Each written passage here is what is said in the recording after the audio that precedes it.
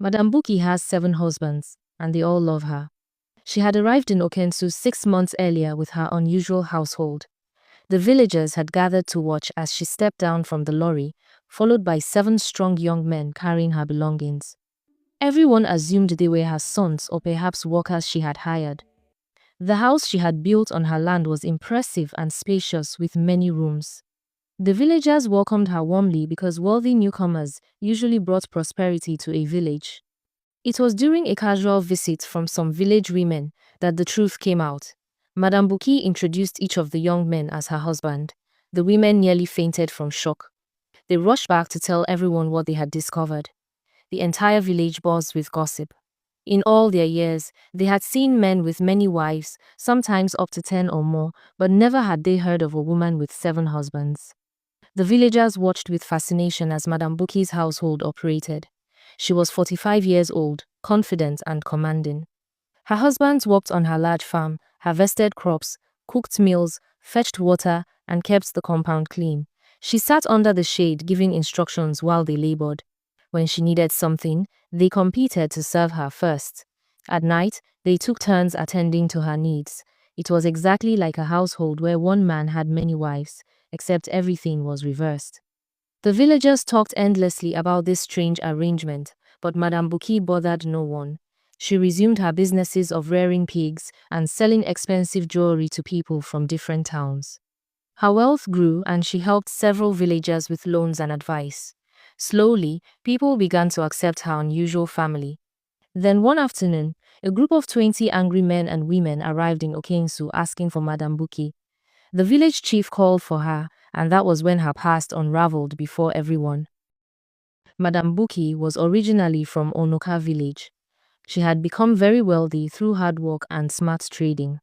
But in Onoka, a woman's worth was measured by her husband and children, not her money or character. Because Madame Buki had neither, people treated her with contempt. They insulted her openly in the market and excluded her from important gatherings. Men refused to marry her because her wealth intimidated them. They feared she would not respect or submit to them. Some were simply jealous of her success. Madame Buki decided to teach them a lesson. She visited a powerful native doctor who gave her a potion called Touch and Follow. Any man whose skin she touched with the potion would immediately fall desperately in love with her and insist on marrying her. She used it on many men in Onoka. Suddenly, men who had ignored her before came knocking on her door begging to marry her. Their families were horrified and tried to stop them, but the men refused to listen. Some moved into her house despite their families' protests. Mothers came weeping and begging Madame Buki to release their sons. Brothers came threatening her, but the enchanted men defended her fiercely against their own relatives. The situation became unbearable. Madame Buki selected 7 men from the many under her spell and disappeared with them one night. She relocated to Okensu where nobody knew her story. Now, months later, the people of Onoka had finally found her. They demanded their sons and brothers back. The chief of Onoka stood at the front of the angry crowd. They had traveled for 2 days to find Madame Buki and they were tired and frustrated. The families of the missing men had pooled money together to hire a tracker who finally discovered where she had gone. When they arrived in Okensu and saw the 7 young men working peacefully on Madame Buki's farm, their anger boiled over.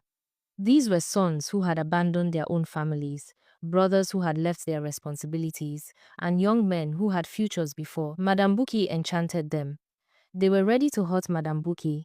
The 7 husbands formed a protective wall around Madame Buki, ready to fight their own families. The standoff looked dangerous, so the Onoka people retreated to plan another approach. They returned days later with a different strategy. This time, women led the group and they came to beg rather than threaten.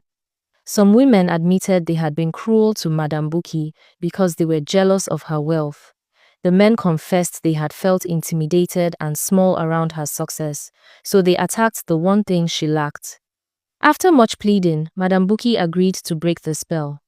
She gave each husband a different potion to drink.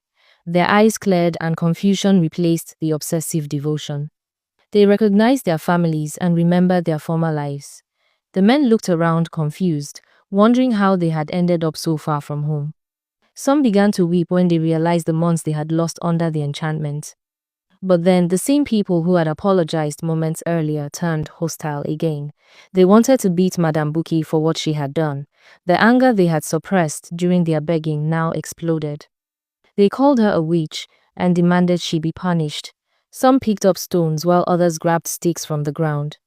The people of Okensu stepped forward and blocked them. They had grown to love Madame Buki during her time in their village. She had helped their economy, shown kindness to everyone, and caused no trouble. They refused to let Onoka people harm her. The Okensu chief raised his staff and declared that Madame Buki was under their protection. He reminded the Onoka people that they had created the problem by treating her badly in the first place. He said if they had shown her respect and kindness, she would never have sought such desperate revenge. Defeated, the Onoka delegation left with the 7 men.